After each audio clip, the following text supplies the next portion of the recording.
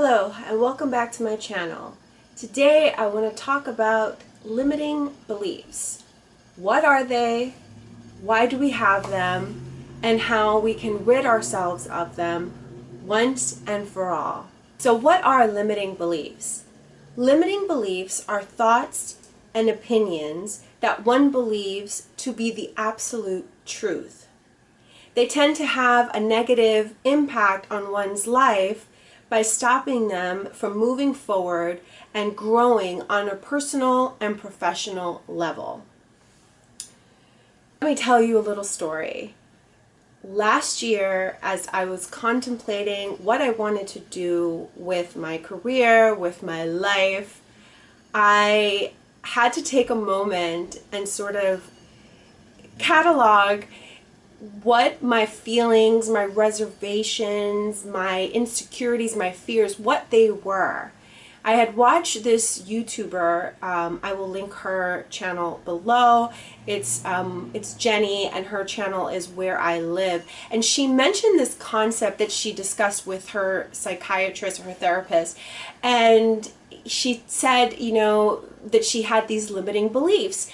I had not heard of this concept before, so I quickly Googled and I wanted to understand what they were and how I can help myself move past the roadblocks that I myself had installed throughout my life. And it was life-changing.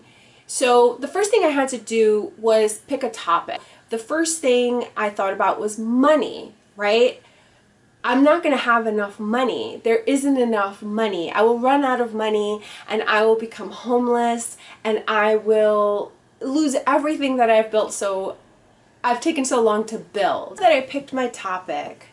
I grabbed this was a bullet journal that turned into my manifestation journal, my scripting journal. I mean, this just became everything.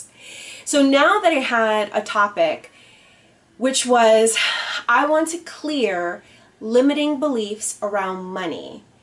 That was step one. So I had to sit down and write that down. Step two is to write down a list of limiting beliefs you have around this topic. So I'll share some of mine. My first limiting belief around money was, there isn't enough. I will lose all I have worked so hard to achieve and end up homeless. I am not deserving of money. That pierced my soul when I wrote that down, but that was exactly what I felt. So I wrote several other steps. You can it's limitless, like you can just dump it all here. This is like a release that you're doing. You're just releasing it onto this paper and you're just going to move on to step three. So step three I really liked about this practice because it's thanking these beliefs for how they have protected you.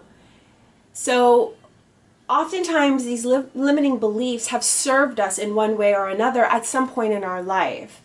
But now we are in a place where we no longer need those limiting beliefs. We want to grow further. We want to move further along our path. So here's the prompt. I thank these beliefs for, and here are some of mine, making me smart about money, making me a good saver, making sure I always planned my spending, keeping me out of credit card debt, helping to put me in this position now, and making me more thoughtful around what I spend money on. Those were the lists. That was the list that I provided under that step three. And I really like the gratitude, because as I said before, thanking these beliefs is what helps you to make peace with them and to move forward. The final step is to forgive yourself and others for all the different beliefs you developed, right? So that can be around this topic. So here's my prompt, or here's the prompt for you. So I forgive myself for being overly cautious to the point of pure paranoia. This is true. When you come from a working class upbringing, You know, it's just there's never enough money, that the fear is so real, okay? It is what it is, okay? Believing that I was not enough. Again, this was my truth at that time when I sat down and I wrote this, and I was being extremely vulnerable, and I'm being equally vulnerable with you by just sharing it on my YouTube channel. But I think it's so important because these feelings can be so deep rooted within us that we have to go to the source to pull it out. So I said that and I released it here on the paper. It didn't become scary anymore. It wasn't shameful. It was just a reality. It was a feeling that I had. Nothing more, nothing less. Running on pure fear of failure. This is true. So much of what I accomplished, when I accomplished it, never felt like enough. It was like I reached a goal and then I'm like running to the next goal. I don't even acknowledge what I've done, because for me at the time it was what's next, which is a problem I think we all have when we base our worth, our self-value on the things that we can acquire. So for me, it was being able to acquire, my degrees and, my position and my salary. That was what I was equating my worth to, which is not true. Okay, your worth, you are inherently valuable because you are alive, you have life, and that is enough. Okay, that's what I've come to understand on this journey, is that there's nothing outside of you that can define you or that can value your worth. Nothing. It's all here. It starts here.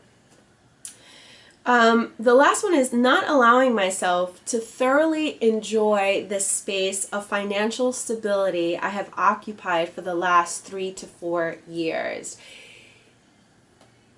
After I wrote down this list, I cried. I just cried because I recognized all of the things that were holding me back, all the thoughts and opinions that I had of myself that was not allowing me to move forward in the direction that I knew I had to move forward in.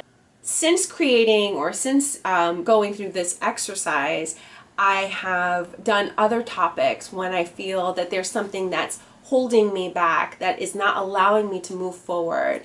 And it has helped every single time. It's a practice, this kind of exercise, it's a practice.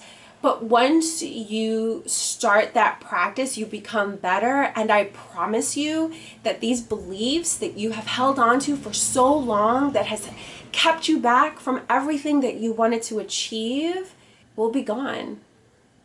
And you will fully realize your power. And you'll fully acknowledge how much you've accomplished so far and how much more you have to go. So I hope this helps you with your own limiting beliefs. And until next time, bye.